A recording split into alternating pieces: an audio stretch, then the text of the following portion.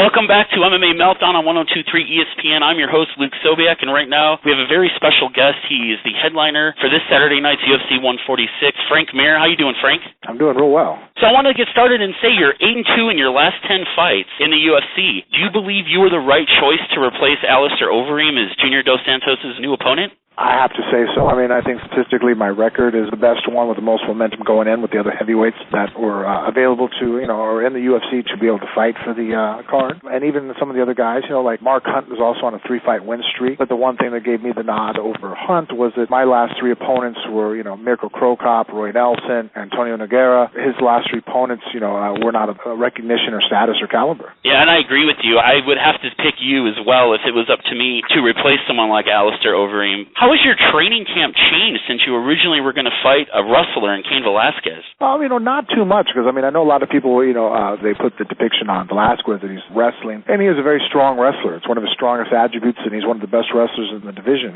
But I think that he's very much of a multiple threat. I think that he's still a very efficient striker with great kicks and hands, and just that he's a dual threat where he can strike with you or take you down. I just think that, the MMA world has a very short memory, and they forget about the Nogueira knockouts and some of the other fights that he's had where he's done very well on his feet, and they immediately just think of the last fight where he got caught by Junior Dos Santos with the overhand right. It doesn't take away from his and make him any less dangerous. It's just that he got caught with a punch, which, I can look at some of the best strikers in the world, and a lot of them have knockout losses. They got caught on their record where, they were put out. And so, we were really training for very intense fights with Velasquez for 3 rounds. So really, honestly, we were already training to prepare for a 5-round fight because of that, thinking it would be better to be that kind of shape to have to face somebody of Velasquez's cardio. So then when it turned on to having to fight Junior, there wasn't much of a switch up. It was like, okay, well now Junior's not going to take as many shots. He does occasionally take a shot on people here and there, but I don't think he's obviously not the same wrestling caliber that Velasquez is. But the wrestling still is great to have in, because now it's like, okay, well, we're going to try to get the fight to the ground whenever possible, because I feel that that's where I have a much greater advantage than anywhere else. Do you think Dos Santos will try to get you to the ground? No, I can't imagine.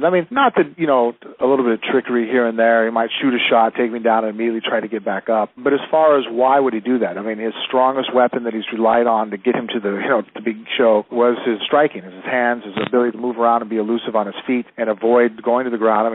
He's spent very little time there. To now change gears and in a fight try to throw that to the wind and work on his ground skills against me would probably be one of the poorest choices he's ever made. And it would be a very silly time to do it. Titles on the line, going home and being a champion. He knows what that feels like. And a guy that he rolls with, who was the first one to start teaching him jiu-jitsu and start him in the jiu-jitsu with Nogueira, I just submitted him. So even if he feels that he's on that level, there's still a very strong chance that the fight can be ended, and not go his way by going to the ground. Now, would you stand and trade with him, someone that has got, quote-unquote, the best boxing in the UFC?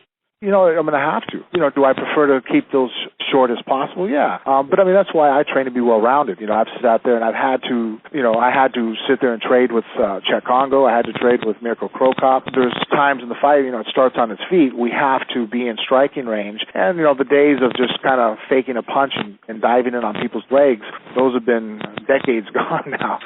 Though, at this level, that doesn't work anymore. So there are times where I'm going to have to be in boxing range and exchanging punches back and forth. But, if we clinch, I'm not looking to break apart and keep it there. If an opportunity arises to get the fight to the ground, then absolutely I'm looking to take advantage of that. Now, you were born and raised in Las Vegas. How much does it mean to you to fight in your hometown? Obviously there's a lot of nostalgic value behind being there.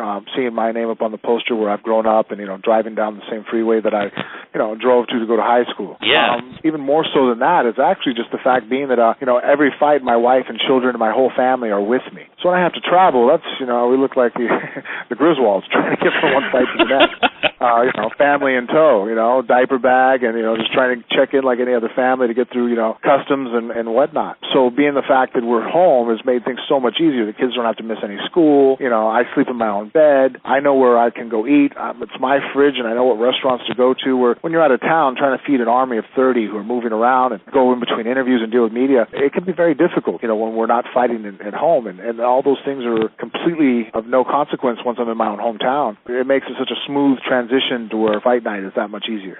Yeah, I bet. I totally could see that. You've had some really tough opponents in your MMA career. What is your most memorable fight?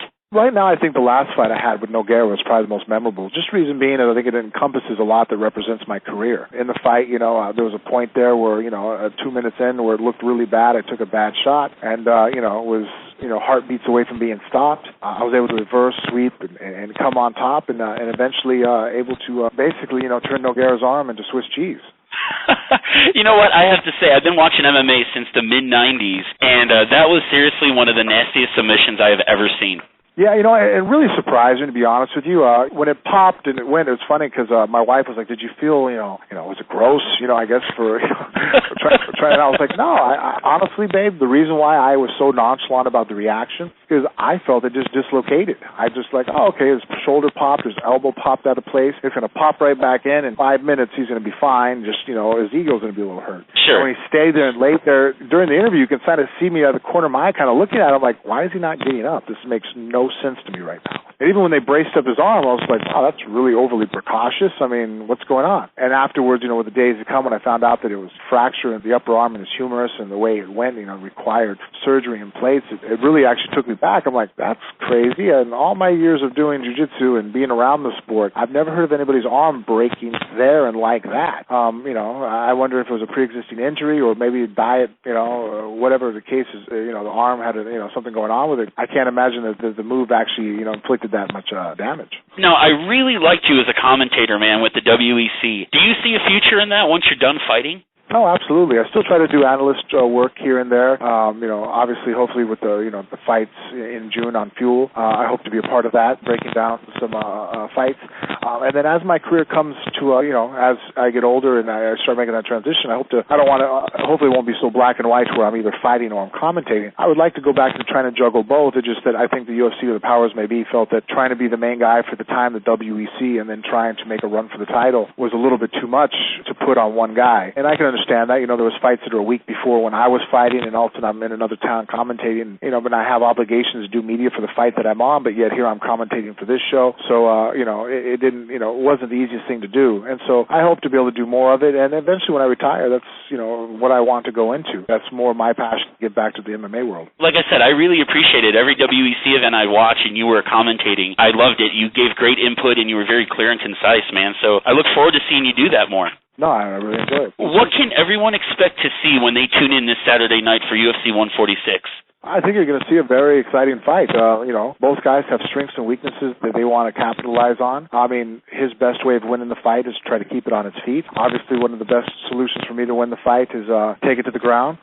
Both of us, feel capable, though, in the other guy's world. I've stood up with Mirko Krokop and the Czech Congos and other great strikers, Nogueira, and felt very confident and actually had a lot of success there, even knocking people out. He hasn't shown that yet in his area to go to the ground, but, from what his coaches are saying, he seems very confident that if it goes there, he's not going to be completely a fish out of water. Now, before I let you go, man, would you like to thank anybody that's helped you up to this point? My wife and my kids and my family and everybody around me. I really have surrounded myself around with a great group of people. I think that when you see where I'm at career-wise, I'm the same fighter, but I think the reason why you can see such a progression of who I am as a person in and outside the octagon is because of the loved ones and the people I have with me that are constantly supporting me. That's awesome, man. Well, hey, thank you for your time, Frank, and best of luck bringing that belt back home this weekend. No problem. Thank you so much.